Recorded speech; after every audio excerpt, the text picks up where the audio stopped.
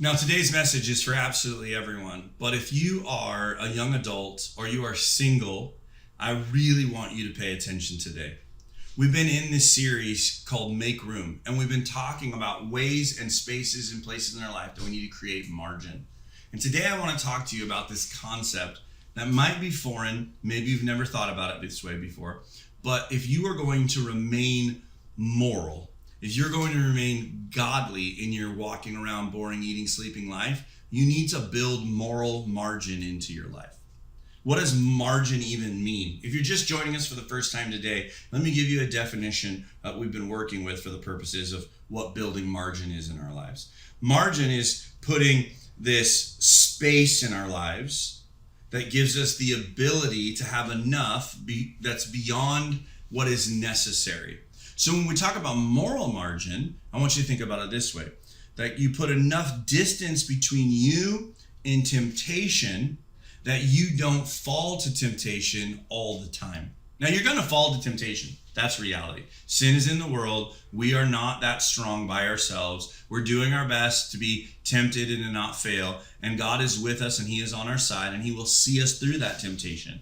But if we could build margin into our lives, then that we're not so close to the temptation 24/7 that we don't fail all the time or as much as we used to, then it helps us. James chapter 1, verse 13 through 15, on the topic of temptation or building moral margin into your life. When tempted, no one should say, God is tempting me. Listen, that's super important. God isn't tempting you to see if you're good enough, right? God didn't tempt David when David went out on his balcony and saw Bathsheba. The devil was tempting David with naked Bathsheba on the rooftop bathing. Do you understand? God isn't testing or tempting you to see if you can withstand the powers to be moral. When you see someone drop money out of their wallet, God's not tempting you to steal it so that he can see if you're a good person. The devil is tempting you to steal it, even though you could just as easily pick it up and give it to someone. Whether it's what you watch on television or in the movies or on the internet or what you listen to or how you interact with your significant other that isn't your spouse, all of these things, these temptations are powerful and can be dangerous. And most specifically, we're talking about these types of temptations. So when you hear James say, don't blame God when you're tempted, for God cannot be tempted by evil, nor does he tempt anyone. Verse 14, but each one is tempted when he or she, by his own evil desires, is dragged away and enticed. Verse 15, then after that desire has conceived, it gives birth to sin, and when it's full grown, gives birth to death. That's really important. That temptation by itself is not sin. The best way I know how to describe this, and perhaps if you've been with me long enough, you've heard this story before, but a long time ago, I was a junior high pastor at this very same church. And I had a carload full of young junior high boys, and it was a beach day, and we all had carpooled down. Somehow I got all the junior high boys, and here comes this lady, and she's rollerblading towards us, and she's in a barely there orange bikini, and all the little boys are hooping and hollering. One of them stood up and stuck his head out of the sunroof, and I'm like, sit down. And he reaches over and he gave me the words to share with these young men. Listen, the fact that that girl came by us and all of you were tempted to look at her isn't sin in and of itself. But if we go around the block to see her a second time, that's when it's dangerous.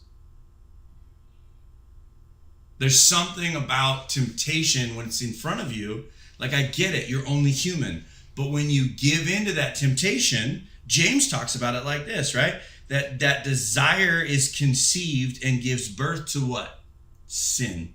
And that sin, when it's fully grown, gives birth to death. That temptation leads to sin, and sin ultimately leads to death. So that enticing, inviting, desirable thing that is morally opposed to the teachings of Jesus is dangerous. In fact, if you go to the original language, when James talks about that enticing, to be enticed or led astray or tempted, right? That word in its original context, right? Del-adzo, right, is a Greek word, and it means to entrap, allure, entice, or to hook. It's a lure to sin. It's baiting you to bite into something that will be the death of you. The same way a fish swims up and bites the hook because of the bait that is on it. And what happens to that fish? It winds up in the frying pan. It winds up on someone's dinner plate. Powerful tools are discouragement and distraction and temptation. And then if you're not careful, he'll steal, kill, and destroy everything that you value in your life. 1 Corinthians 6, verse 8 through 20 says it like this: flee sexual immorality. All other sins a man commits are outside of his body, but the sin of sexuality he sins against his own body. Verse 19, do you not know that your body is the temple of the Holy Spirit who is in you, whom you have received from God? You are not your own. You were bought at a price. He's talking about Jesus' death, burial, and resurrection, the price of God's grace, that you were bought at a price. Therefore, honor God with your body. Here's another great little Greek word that you find when he says, the Apostle Paul writing to the church at Corinth, flee from sexual temptation. He's using this amazing Greek word, and it's phaigu, right? You could think of it as the mess of, right? That you're going to get into, the gooey, sticky, awful mess that you're going to get into if you stay in that place. What it really means is to run away, to shun, to escape, or to distance oneself. Or for the conversation that we're having, to create moral margin, spaces and places where you're not so close to the temptation that you're failing again and again and again. Paul also says to the church at Ephesus, Ephesians 5:3, but among you there must not be any hint of sexual immorality. So what we're talking about here is, when it comes to building moral margin, are better places to draw the line. Now I'm going to give you a few things that I used when I was raising my kids through their teenage years, and that I shared with my youth group as they were growing up and becoming the men and women of God that they are now. And there's just some places and spaces. Again, this works for everybody. You can be married, you can be single. Moral margin is still a thing because temptation is still a thing. But I did tell you that I was going to speak directly to young adults and to the singles today. One of the things that you need to do is you need to dress for spiritual success. I used to say it like this, and it kind of was born out of a funny moment with my friend John Zeller. With kids were being crazy and being silly, and we started singing to the kids, be appropriate, be appropriate. And it was just a silly way for two dads to have fun with their kids and remind them that being appropriate matters. When you're dressing, you need to dress in such a way that it's appropriate for the activity that you're going to be partaking in, right? So, think about that for a second. And again, this is both male and female. Now, if you know Pastor Eric, I'm not big on the whole purity movement. I'm not trying to make women wear jean skirts and long shirts all the time. And I don't think men should be able to get away with things. I know we live in a world where sexual temptation for men and women is real and active. And so what I'm saying is to be appropriate. Here's an example. A bathing suit is for when you go swimming. A swimsuit's for when you go swimming, not for when you're hanging out at the mall. We get that. We understand that. Be appropriate. Guys don't have to have their shirts off 24/7. I suppose if you're working out in your backyard and you want to take your shirt off, take your shirt off. But even if you go to your own local gym, if you take your shirt off, they're going to tell you, don't take your shirt off. That's inappropriate. One of the things that you need to be thinking about is, are you building a moral margin into your life based off the way you're dressing? Now, again, I'm not trying to be prudish, and I know some of these things are going to sound old school and ancient, and, well, Pastor, you just don't understand because you're an old grandpa now. No, these are ancient philosophies, but they still ring true today. Now, when I say they're ancient philosophies, I say that because they come from the teachings of Scripture. To be appropriate in the way that we dress. One of the things that I used to say to my kids every time when they would leave the house and when they were of dating age was that you need to keep all 4 feet on the floor. In fact, we said it like this: lips on lips, hands on hands, feet on the floor. It's really difficult for you to get yourself in a situation that you don't belong in if you're following all of those rules. What we're talking about is, in a dating situation, try to keep yourself in a horizontal position and you won't wind up in as much sexual temptation if you aren't laying down. This is important. Again, I know you're like, Pastor Eric, really? Are you serious? We're just going to watch Netflix. There's a reason that Netflix and chill is a thing. You have to build moral margin into your life. Now listen, sleepovers and playing house are dangerous things to do. You're not married yet, so quit pretending like you are. Marriage is a covenant between you, your spouse, and God. And it's a holy union. And so pretending like you are is going to get you to the place and space where you're participating in the joys of marriage, like sex, but you're not having to deal with the covenant of marriage, the commitment of marriage. And this is dangerous because you're not building moral margin into your life. My grandma used to say it like this, and I don't know if it still rings true today in this form, but like no tonsil hockey. What do I mean by that? Well, like hardcore makeout sessions are dangerous when you're trying to honor God with your life sexually. And you're not giving yourself much moral margin if you're having massive makeout sessions.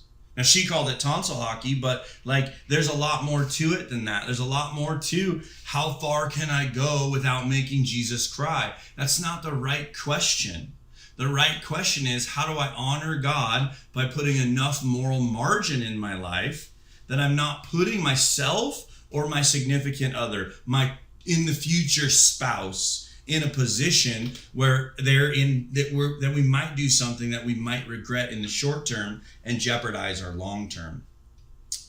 Another thing that you can do when it comes to building moral margin in your life is to avoid the dangerous places. Now, those are different for everybody. When I'm talking about the dangerous places, for singles, probably a lot of that is when you're doing a lot of one-on-one dating, staying out too late.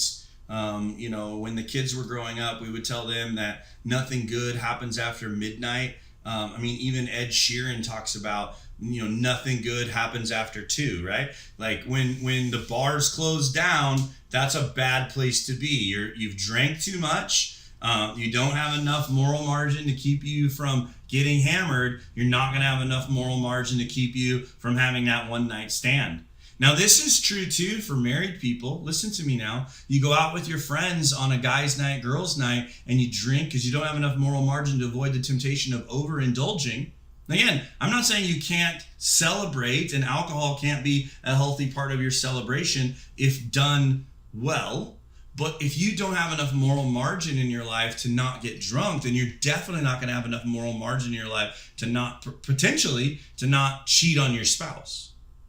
This is important to avoid those dangerous places. Sometimes dangerous places can be emotional places, though. I remember being a young youth pastor and taking kids to camp and them having an amazing experience with God, where not only did they connect with God in a meaningful and powerful way, but because of that, they were emotionally connected to something they'd never felt before.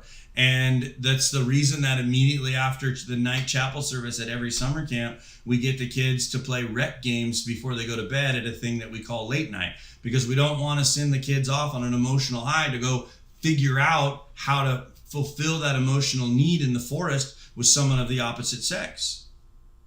There's something about avoiding those dangerous places. And nowadays, one of the most dangerous places is the internet. Like, monitoring your internet activity is a great way to give yourself moral margin. And I don't just mean porn sites, because we've moved to a place in our world where regular sites are what used to be porn sites. I know you're like, Pastor Eric, you're an old fuddy-duddy. You don't even understand how the world works anymore. No, I'm telling you, like, it wasn't that long ago. In the last 50 years, we've moved from someone being partially clothed being considered to be pornography into that's normal, and that we even would take our teenagers to go watch a movie with us where there's full nudity sex scenes. Like, you're taking your kids to see Hollywood produced pornography. That's dangerous. And so you have to monitor your internet activity and police yourself and partner up with someone. If you don't create that moral margin, then you'll convince yourself that the girls of Instagram isn't pornography because it's Instagram. If it was pornography, they wouldn't let it on there. It's every bit as much pornography as real pornography. It's because what it does to your brain and what you're doing with it. And again, I'm not trying to be prudish. I'm not trying to, diminish God made sex. Sex is beautiful. It's meant to be experienced between a husband and a wife. From the very beginning of humanity, he put Adam and Eve in the garden, and that was a real part of their life.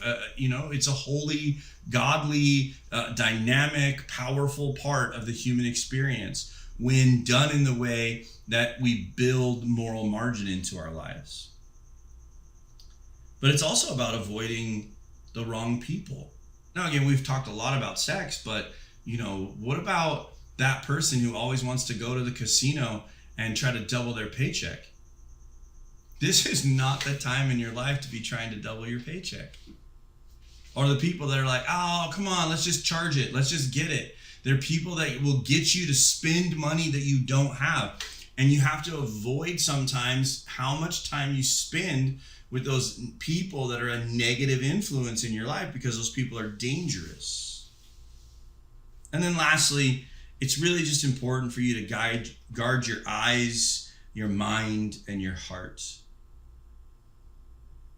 When I was a little kid in Sunday school, we used to sing a song. And the lyrics to the song went something like this: be careful, little eyes, what you see. Be careful, little hands, where you go. Be careful, or little feet, where you go. Be careful, little hands, what you do. Because the Father's up above and he's looking down with tender love. So be careful, little eyes, little hands, little feet, what you do. The whole purpose of the song was to instill in us as little kids to build moral margin in our life, because our lives are a representation of the Father's love for us, Jesus' sacrifice for us, and the power of the Holy Spirit working in and through us. I want to leave you with this verse, and my challenge for you this week is that you would take this verse from Romans chapter 6, verses 12 through 14, and that you wouldn't just read it, but you would marinate in it, that you would use it as a tool to help you sort of build moral margin into your everyday walking around, boring, eating, sleeping life.